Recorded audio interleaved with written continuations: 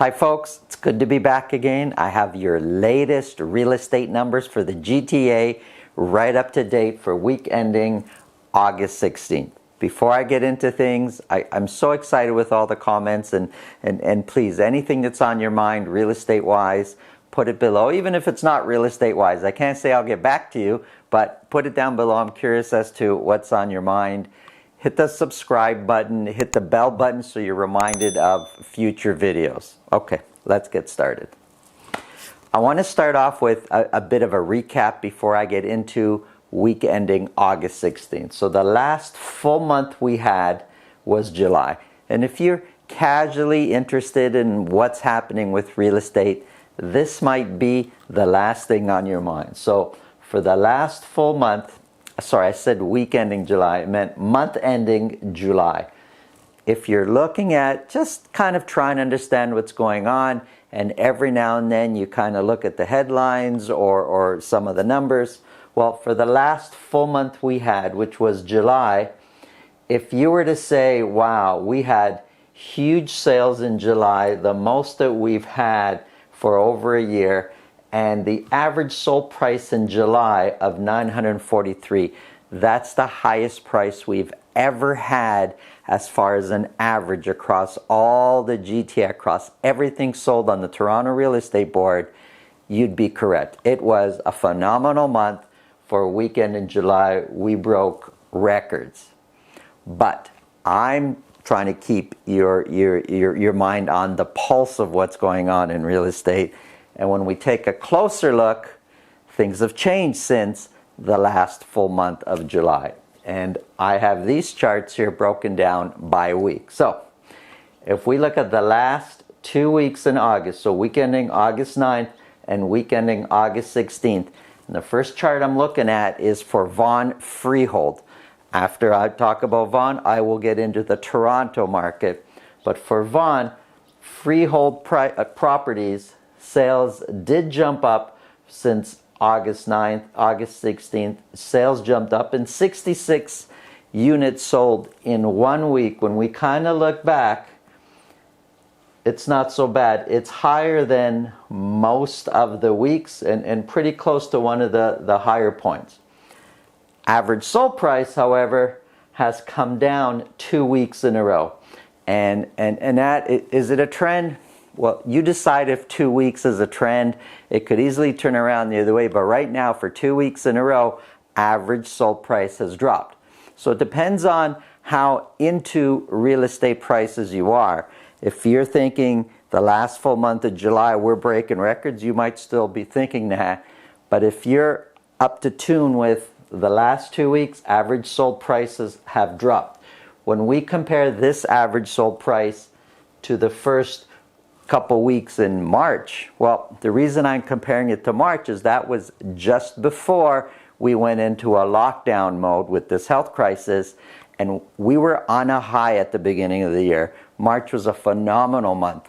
Well, when we compare this average sold price of 1.2 mil to also 1.2, we're 0.9% lower. So we're very, very close to where we were before we went into the lockdown. So average sold price is very close. Compared to last year, average sold price is 9.4% higher. This is for freehold properties in Vaughan than where we were 12 months ago. How important is that? Well, it depends. If you're thinking of, well, you know, I bought a year ago, what's happening in general with prices? Well, if you bought a freehold property in Vaughan, on average, when we talk about sales, we're 9.4% higher. Looking at sales in general, the blue, that's for last year, the orange is for this year. And for the last several weeks here, we've been buying more homes than what we did the same time last year. So sales are up from last year.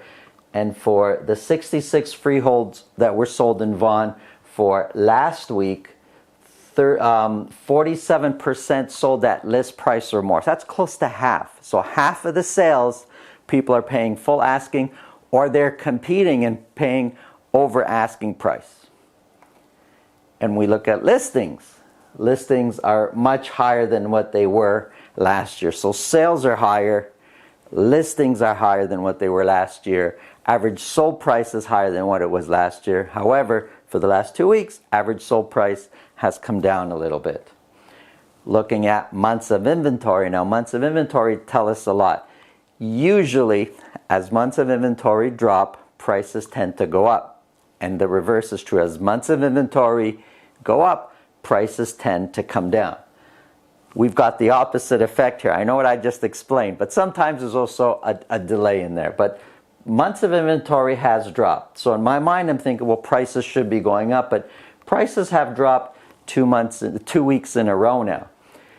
There could be a delay, so the next week we could be seeing prices going up, or we could see months of inventory jumping up. But 2.2, even if we look at the previous week, 2.8 months, it's a healthy market. It's not like it's crazy and everybody, the sky's falling. We're doing well in the Vaughan Freehold market.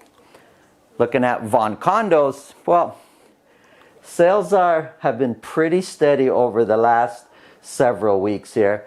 Prices have been dropping 3 weeks in a row.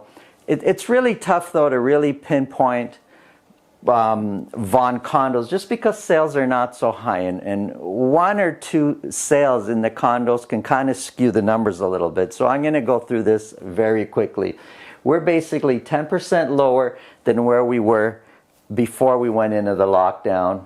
We're almost 9% higher in average sold price than where we were last year when it comes to Vaughan Condos. Sales have been consistently lower than what we had last year. Listings are consistently higher. So we're buying less. There's more on the market. Kind of leads you to the picture of months of inventory should be pretty high. And you can see that we are sitting in a balanced market. Anywhere between 4 months and 6 months of inventory is a balanced market. Okay, here's the big one. We're looking at City of Toronto. This is just freehold properties. There's a lot going on here. We did 341 sales for week ending August 16th. Now, 341, that takes us back to first week of March. So when it comes to sales, we're doing great. We have done higher than any other time in or during this health crisis. When we look at the amount of properties sold at $2 million or more, we've sold 41 for that week. Now, 41 is also very healthy when it comes to what we've done before. Average sold price has come down now 2 weeks in a row. And when we look at it's come down, between August 2nd, now remember that July, I had said the Toronto Real Estate Board, July was a record-breaking month, highest average sold price ever. Well, that's here. We've come down now 2 weeks in a row. There's a $100,000 drop approximately between August 2nd, which is the ending of July, and August 16th. So prices have come down quite a bit. When we compare to where we were before we went into the health crisis, we're a little over 10% lower when it comes to average sold price. Compared to last year, we're almost 13% higher when it comes to average sold price. Now, for sure, this has something to do with it. Last year, we sold 27 at $2 million or more. This year, it's 41 that were sold at $2 million or more. So you could say right away, oh, well, that's why average sold price is higher. Maybe, for sure, there's a factor there involved. But if we're looking at markets, well, we've sold way more properties over $2 million this year than what we did last year. So it kind of points to, hey, you know what? Things are kind of strong there. I just want to get back to something really quick here. We jumped from 30 properties sold at $2 million or more to 41 properties sold at $2 million or more. Well, we're selling more properties at $2 million or more this week here, but prices still came down even though we have much more expensive homes sold. So that's just kind of something to look at there. Looking at sales. Well, For week ending August 16th, we've sold way more this year than what we did last year. 63% of those sold at list price or more. Last year was only 38%. So 63% sold at list price or more. That's way more than half. There's a lot of action when it comes to freehold properties in Toronto. People are paying list price. Days on the market is very low, and there just seems to be a lot of action. You're competing for a lot of the properties that you want to buy. And sales have been consistently higher for several weeks now. Listings. We are consistently listing more than what we did last year. And I guess people have been seeing, or sellers, let's say, have been seeing prices going up over the last few weeks. And these last few weeks, we're seeing way more listings coming onto the market. If more listings are coming on the market and we're not buying them, well, we can see prices dropping even more. However, we are seeing lots of sales, lots of competitions out there. The fact that 63% are being sold at list price or more kind of tells you, are people just pricing their homes lower? I don't think that's it. There's a lot of demand up there right now. And we can see that from months of inventory. Months of inventory at 1.4 months is very strong. It's a very healthy market. There's nothing to see here, folks. Prices have come down in the last 2 weeks, about $100,000. That's average sold price. Doesn't mean your home has dropped in 2 weeks by $100,000, but it's important to look at what's happening in your neighborhood, your home type. But in general, to get an idea, in general, average sold prices have dropped. However, there's lots of competition to buy a freehold property in Toronto. Looking at condos. Condos there's a lot going on in the condo market here.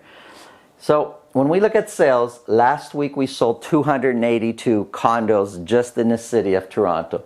Now 282 is one of the higher weeks over the last few weeks.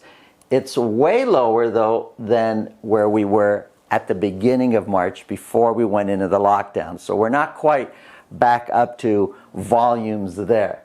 Average sold price dropped from 1 week to the next. And when we look compared to last year, we're still about 7% higher than where we were last year when it comes to condo prices.